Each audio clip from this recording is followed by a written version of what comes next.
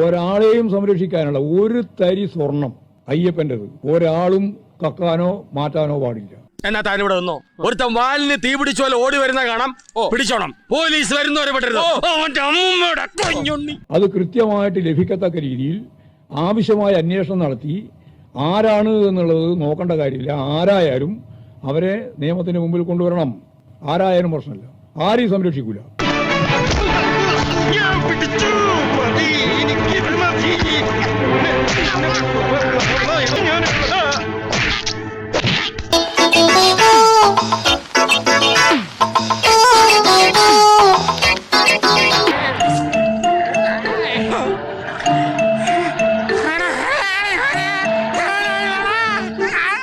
Advocate B N Haskar, N വാസുവിന്റെ arrest CPM-നെ വലിയ തോതിൽ പ്രതിരോധത്തിലാക്കുന്നു എന്നുള്ളതാണ് പ്രതിപക്ഷത്തിന്റെ വിലയിരുത്തൽ. സത്യമാണെങ്കിലും എനിക്ക് അംഗീകരിച്ചു കൊടുക്കാൻ പറ്റുമോ? അതിന് കാരണവുമുണ്ട്. എൻ വാസു എന്ന് പറഞ്ഞാൽ സാധാരണ ഒരു ദേവസ്വം ഭാരവാഹി ആയിരുന്നില്ല. അദ്ദേഹം ദേവസ്വം ബോർഡിൽ അസാധാരണമായ സ്വാധീനമുള്ള വ്യക്തി. ഒന്നാം പിണറായി വിജയൻ സർക്കാരിന്റെ കാലത്ത് സർക്കാരിന് വേണ്ടി എല്ലാ കാര്യങ്ങളും ശബരിമലയിലടക്കം ചെയ്തിരുന്ന വ്യക്തി. യുവതീ പ്രവേശനത്തിൽ സർക്കാർ ആഗ്രഹിച്ച രീതിയിൽ കാര്യങ്ങൾ നടത്തിയ വ്യക്തി. മനുഷ്യനായ സാമാന്യ ബോധം വേണം. 100 പ്രാവശ്യം പറഞ്ഞല്ലേ അങ്ങനെ ചെയ് ഇങ്ങനെ ചെയ്. എവിടെ നശിപ്പിച്ചു? സമാധാനമായല്ലോ, അനുഭവിച്ചു. ഇങ്ങനെ വലിയ സ്വാധീനമുള്ള എൻ വാസു അറസ്റ്റിലാകുമ്പോൾ അത് നേരെ ചെല്ലുന്നത് CPM-ലേക്കാണ് എന്ന് പറഞ്ഞാൽ ശബരിമല അയ്യപ്പന്റെ സ്വർണം കെട്ടതിൽ CPM കൂടി പ്രതിസ്ഥാനത്ത് വരുന്നു. ഈശ്വര, ഇനി എന്ത് ചെയ്യും? ആലോചിച്ചിട്ടൊരെത്തും പിടിയും കിട്ടുന്നില്ല. നിഷ, ഇതൊരു വല്ലാത്ത നറേറ്റീവായി പോയി. എൻ വാസുവിനെ അറസ്റ്റ് ചെയ്യാത്തതായിരുന്നു ഇന്നലെ വരെ കേട്ട ഏറ്റവും വലിയ വിവാദങ്ങളിൽ ഒന്നായിരുന്നത്. എന്തുകൊണ്ടെന്നാൽ എൻ വാസു CPM-ന്റെ ഏറ്റവും വേണ്ടപ്പെട്ട ആളാണ്. നീ എന്താണ് ഉദ്ദേശിക്കുന്നത് വത്സ? എന്തുകൊണ്ട്, അല്ലെങ്കിൽ സഖാവ് പിണറായി വിജയന്റെ ഏറ്റവും വേണ്ടപ്പെട്ട ആളാണ്, എന്തുകൊണ്ട് എൻ വാസുവിനെ അറസ്റ്റ് ചെയ്യുന്നില്ല? അറസ്റ്റ് ചെയ്തപ്പോൾ ഇപ്പോൾ അതിന്റെ മുഴുവൻ ക്രെഡിറ്റും ഹൈക്കോടതിയുടെ ഡിവിഷൻ ബെഞ്ച്, ദേവസ്വം ഡിവിഷൻ ബെഞ്ചിന് നൽകുന്നു. നിനക്ക് നല്ല വിഷമമുണ്ടല്ലേ?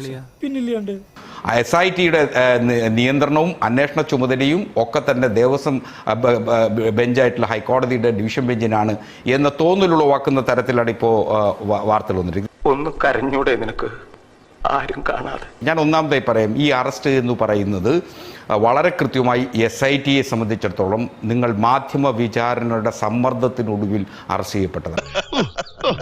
മനസ്സിലാക്കി കളഞ്ഞല്ല. പിന്നെ എന്തുകൊണ്ടെന്നാൽ അദ്ദേഹത്തിനെതിരെ, വാസുസാറിനെതിരെ 2 ആരോപണങ്ങളാണ് ഇപ്പോൾ SIT ഉന്നയിക്കുന്നത്. ഒന്നാമത്തെ ആരോപണം 16/2/2019 ദേവസ്വം എക്സിക്യൂട്ടീവ് കമ്മീഷണർ നൽകുന്ന ഒരു കത്തുണ്ട്.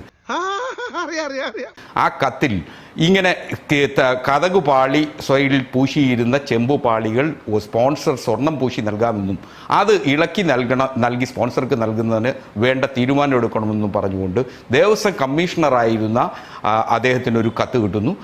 എന്നിട്ട് ആ കമ്മീഷണർ ഓഫീസിലെ ഒരു ക്ലർക്ക് ഇത് ചെമ്പുപാളി എന്ന അർത്ഥത്തിൽ, ആ ദേവസ്വം എക്സിക്യൂട്ടീവ് ഓഫീസറുടെ നിന്നും ചെമ്പുപാളി, പഴയ നേരത്തെ സ്വർണം പൂശിയിരുന്ന പഴയ ചെമ്പുപാളികൾ എന്നാണ് ആ കത്തിലുള്ളത്. എന്തൊരു തൊലിക്കട്ടി! അത് തനിക്ക് എപ്പോഴാണ് മനസ്സിലായത്? ഇപ്പോഴേ മനസ്സിലായുള്ളൂ. അത് കഴിഞ്ഞ് അവിടെ കമ്മീഷണർ ഓഫീസിൽ എത്തുമ്പോൾ അദ്ദേഹത്തിന്റെ ക്ലർക്ക് എഴുതി കൊടുത്ത നോട്ടിന്റെ അടിസ്ഥാനത്തിൽ അദ്ദേഹം ബോർഡ് ഉചിതമായി ഇത് ചർച്ച ചെയ്ത് ബോർഡ് ഉചിതമായി തീരുമാനം എടുക്കണമെന്ന ശുപാർശയാണ് അദ്ദേഹത്തിനെതിരെ ഇപ്പോൾ വലിയ ക്രിമിനൽ കോൺസ്പിറസി ആയിട്ട് SIT കണ്ടെത്തിയിരിക്കുന്നതെന്നാണ് ഞാൻ മനസ്സിലാക്കിയിരിക്കുന്നത്. പച്ചവെള്ളം ചവച്ചു കുടിക്കണ പഞ്ചപാവം അങ്ങോട്ട് ഇറങ്ങിയില്ലടേ. ഇതിലൊരു വലിയ പ്രശ്നമുണ്ട്. എന്തെന്നാൽ ഈ ക്ലർക്കിനെ നാളിതുവരെ SIT വിളിച്ച് ചോദ്യം ചെയ്തിട്ടില്ല, പ്രതിയാക്കിയിട്ടില്ല. നിന്നെ സമ്മതിക്കണം, നിന്റെ വായിൽ എങ്ങനെയാടാ ഇത്രയും പെട്ടെന്ന് ഇത്രയും വലിയ നുണകൾ വരുന്നേ?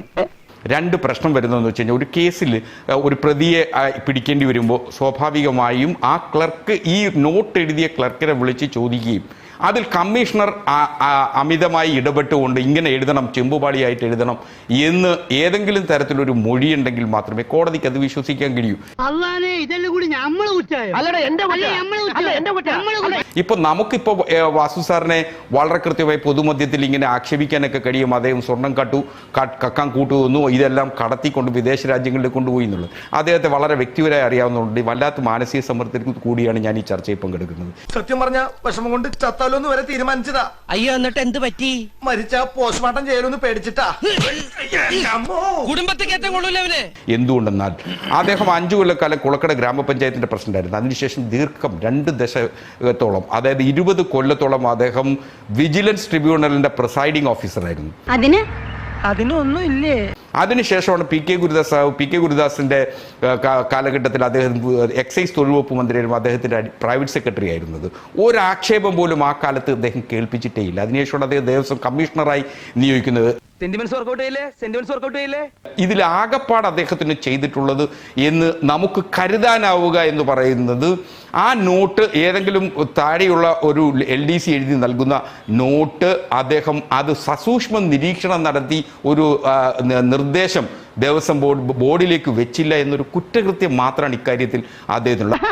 അത് നീ വല്ല സ്കൂൾ മാഷ്മാരോട് പറഞ്ഞാൽ മതി, അവര് വിശ്വസിക്കും. പോലീസുകാർ തലച്ചോറുള്ളവരാ. അതുകൊണ്ടാണ് നിങ്ങൾ മാധ്യമ വിചാരണയ്ക്കൊടുവിൽ SITയുടെ സമ്മർദ്ദത്തിലാക്കി ഈ അറസ്റ്റിലേക്ക് പോയിട്ടുള്ളത് എന്ന് ഞാൻ കരുതുന്നത്. എന്നാലും ഇത്ര ഞാൻ പ്രതീക്ഷിച്ചില്ല. കുറച്ച് വിദ്യാഭ്യാസം കുറവാണെന്നേ ഉള്ളൂ. കുറെ വിദ്യകളും സകല അഭ്യാസങ്ങളും ഒക്കെ പഠിച്ചവനാണ് ഞാൻ. സമ്മർദ്ദത്തിലാക്കി വാസുവിനെ അറസ്റ്റ് ചെയ്യിപ്പിച്ചു. ഇതാണല്ലോ താങ്കളുടെ വാദം. എന്ത് നല്ല മന്ദബുദ്ധി. ഏതോ ക്ലർക്ക് എഴുതിക്കൊണ്ട് കൊടുത്തത് ഒപ്പിടുകയാണ് വാസു ചെയ്തതെന്ന് പറയും. ഒരു പ്രധാനപ്പെട്ട നയപരമായ തീരുമാനമെടുക്കുമ്പോൾ മന്ത്രിമാരായിക്കൊള്ളട്ടെ ആരുമായിക്കൊള്ളട്ടെ, ഏതെങ്കിലും ക്ലർക്കുമാർ എഴുതി കൊടുക്കുന്നത് ഒപ്പിടുകയാണോ ചെയ്യുന്നത്? അതാണോ അവരുടെ ജോലി? അതിനാണോ ഇദ്ദേഹത്തെ കമ്മീഷണറായി അവിടെ വെച്ചിരുന്നത്? അത്ര കഴിവ് കെട്ടവനാണോ ഈ വാസു എന്ന് പറയുന്ന വ്യക്തി? അത് പിന്നെ ശബരിമല ശ്രീകോവിലിലെ പ്രധാനപ്പെട്ട ഭാഗങ്ങളെല്ലാം സ്വർണം പൊതിഞ്ഞതാണ് എന്ന് അറിയാത്തയാളാണ് ശ്രീ വാസു എന്ന് കൂടി താങ്കൾ പറയരുത്. ഇതേ N Vasu Devaswom board president ആയിരുന്നപ്പോഴാണല്ലോ ഉണ്ണികൃഷ്ണൻ പോറ്റി കുറെ സ്വർണം ബാക്കി തന്റെ കയ്യിലുണ്ട്, അത് ഒരു പെൺകുട്ടിയുടെ വിവാഹം നടത്തിക്കൊള്ളട്ടെ എന്ന് ചോദിച്ച് കത്തയച്ചത്. അതിനും എത്ര നിഷ്കളങ്കമായാണ് അദ്ദേഹം മറുപടി പറയുന്നത്. അദ്ദേഹം പറയുന്നത് തന്നോടൊരു ഉപദേശം തേടുകയാണ് ചെയ്തത്.